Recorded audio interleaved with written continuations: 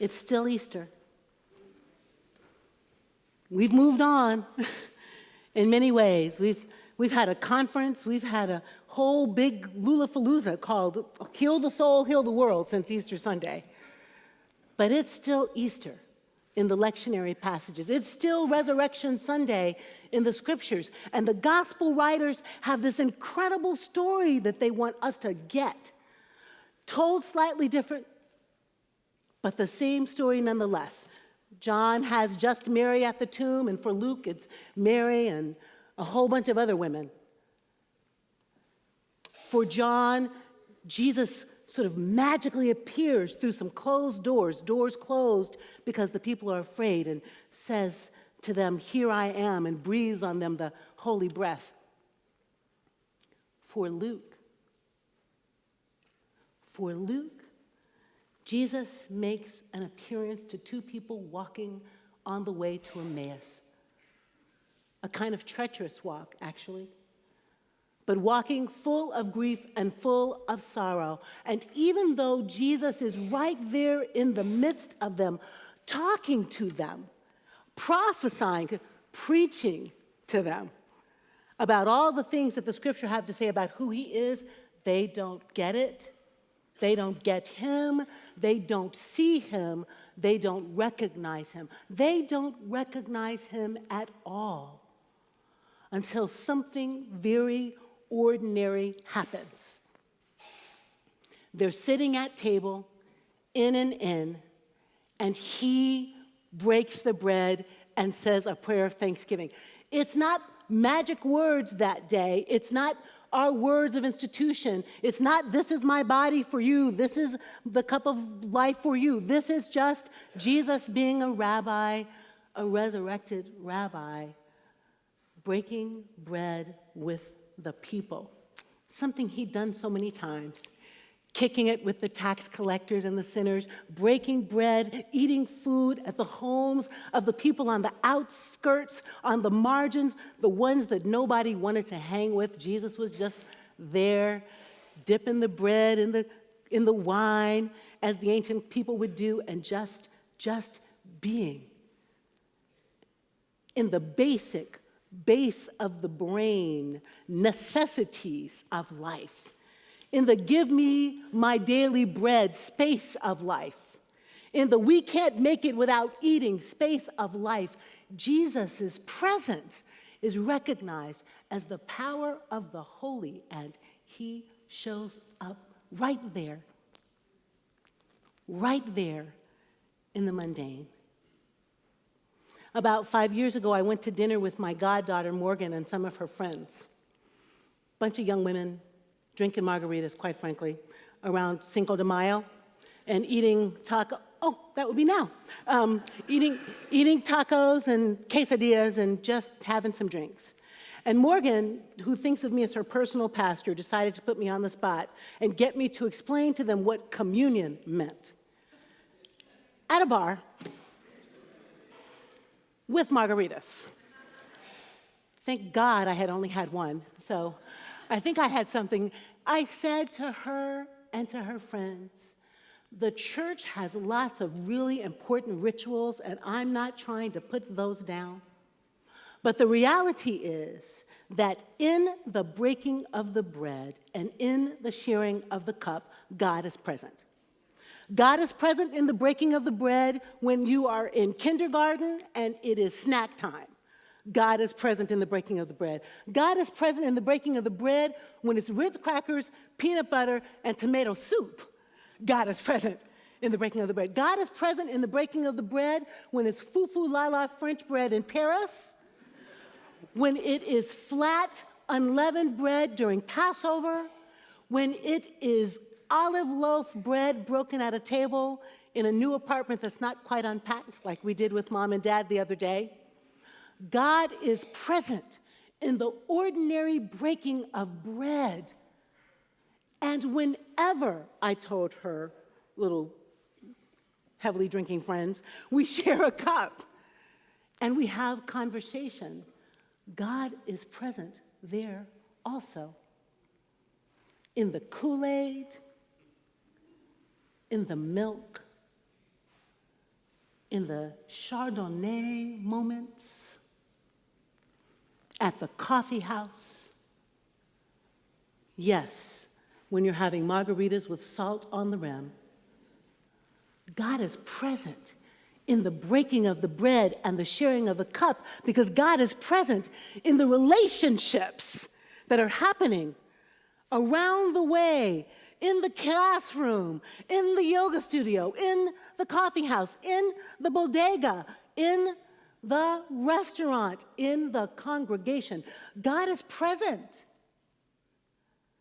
When the disciples are walking down the road and they have no idea how they will find hope again, God is present when Jesus sits with them and breaks they didn't get it when he was opening up the scriptures, but they got it when he opened up the bread. They got it that God was with them in the plainness of the pan, the plainness of the bread. These Easter sermons have been very, challenging and evocative and push and shove and testing our faith. And can we find God? And do we believe in the resurrection? And can we believe in a living Christ? I want to take us way down today to the place where each of us can have eyes to see God if we'll just breathe into our imaginations. When the mother is preparing the SpaghettiOs, when the Cheerios are being put in that little baggie, when the father is bathing the baby, when the sister is hugging the one who just got home, when the friends are on the way to a baseball game and laughing and telling stories, when the lovers are holding on to each other for comfort, when the nurse is in the hospital room administering pain medicine, when the funeral director is helping bury our beloved, when we are laughing and kicking it and about to dance our butts off for joy of life, God is there. When we have a stirring in our belly before we get ordained, or a fire in our heart walking along the grieving road, when we start new jobs and jobs end, God is there. When the people we used to love start breaking our hearts, God is there. When those little girls are snatched from the safe place, God is there. When we grieve and when we dance, when we laugh and when we cry, when we're terrified and when we feel bold, when we know what's coming next and we have no idea, God is there. God is there when we don't believe God is there. God is there when we don't believe there's a God. God is there when we've been wounded, when our foreheads are being mopped, when our new baby smiles at us and then poops on us. God is there in the heartache. God is there in the hope. The thing about this resurrection story isn't so much about dead bodies walking through doors or having their hands and sides touched. The thing about this resurrection story is that the body is here. The body is here. The body is everywhere we are. Because we are the body. We are the body mopping floors. We are the body doing yoga poses. We are the body solving complex math problems. We are the body passing out sandwiches. We are the body folding the bulletins. We are the living body of the living Christ. Open your eyes and see the resurrection. Now, this news makes me want to do like Seussian rhymes for the little children. Like, God is here, God is there. We can find God everywhere, God is underneath our bed. We can find God in our head. We can sing God in a song. God is with us all along. I want to do that. But I'm most excited always, as you know, about hearing God in, music. Did you hear God in the music today?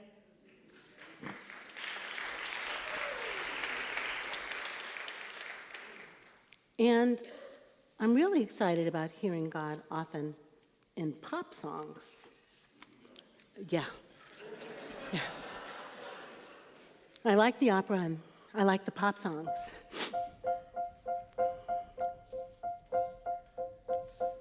I just have to come near Dion because she's helping me.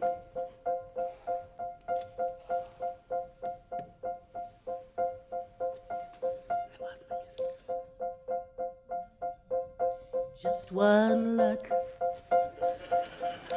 and I knew that you, this is God to us, were the only one. Oh, just one look, and I fell so hard in love with you.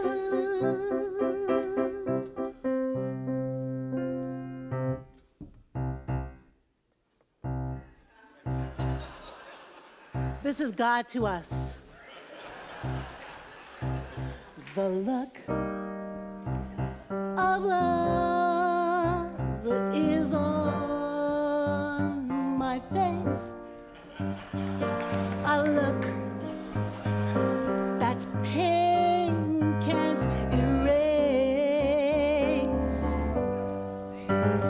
I'm yours, you're mine.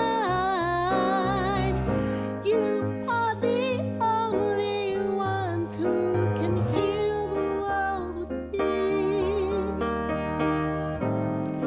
Just take a look at this body and see what you can see. I can hardly wait to hold you, put my arms around you.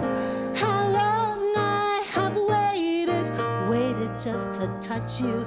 Now that I have found you, you've got the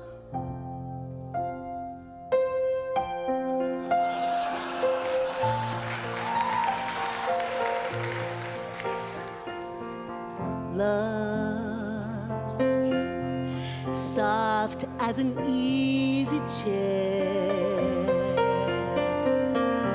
Love, fresh as the morning air. Little trick coming here. You and I, we can heal the world. Every day a beginning. Every day a beginning. Spirits dance, sing with me. Spirits dance, and the rain of God, and the rain of God rehearsed. We all can do it. We'll get through it. You are my healers for justice and peace and peace and peace. A little rock opera for you.